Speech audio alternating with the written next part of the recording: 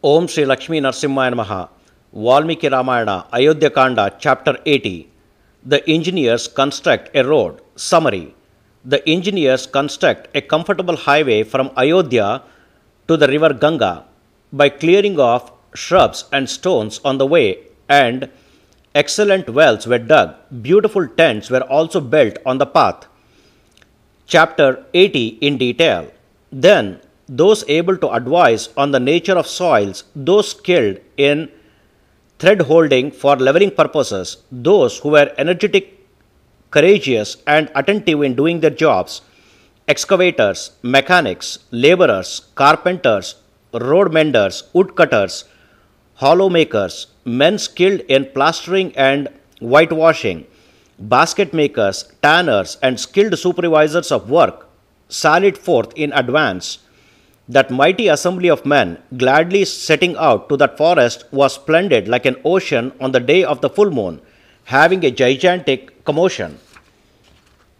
Men skilled in making roads, furnished with tools of every kind, seeking the company of men of their own proper place, marched ahead, clearing away rows of creepers and shrubs, timbers, and big rocks, as well as various kinds of trees which obstructed the way. They carved out a path. Some men planted trees in treeless areas, some other chopped the existing trees here and there by means of axes, hatchets, and sicklets. Some other strong men removed sturdy tufts of virana grass and leveled the uneven places here and there. Some others filled up wells and extensive pits with earth. Some men leveled low-lying places all around.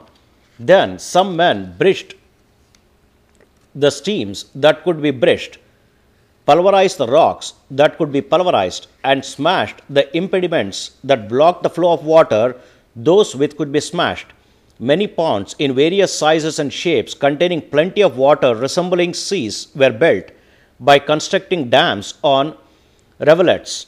In water-scarce area, excellent wells in various shapes were dug, duly decorated all around with platforms to rest. The track of the troops, having its surface inlaid with cement with flowering trees, inlaid with cement with flowering trees on both sides, inhabited with birds in excitement, making their sounds, adored with flags on its either side, with its surface sprinkled with water of sandalwood, fragrance, and decorated with various kinds of flowers, looked very much splendid like the path of celestials. Those officers appointed for execution of the work as ordered by Bharata skillfully instructed their workmen and erected a tent which was intended for the great-souled Bharata in a beautiful place abundant with tasty fruits. They further adored profusely with decorations the tent which itself resembled an ornament.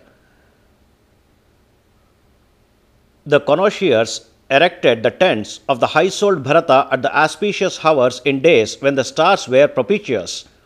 Those camps, with many breastwork of sand, moats surrounding each of them, streets as resplendent as sapphires, their crowns of half-ring, the ramparts covered with stucco to protect them, the splendid banners, the skillfully laid out avenues, lofty mansions, the tops of which were provided with dovecots, which flew about as if it were in the air, and in splendor resembled the capital of Indra.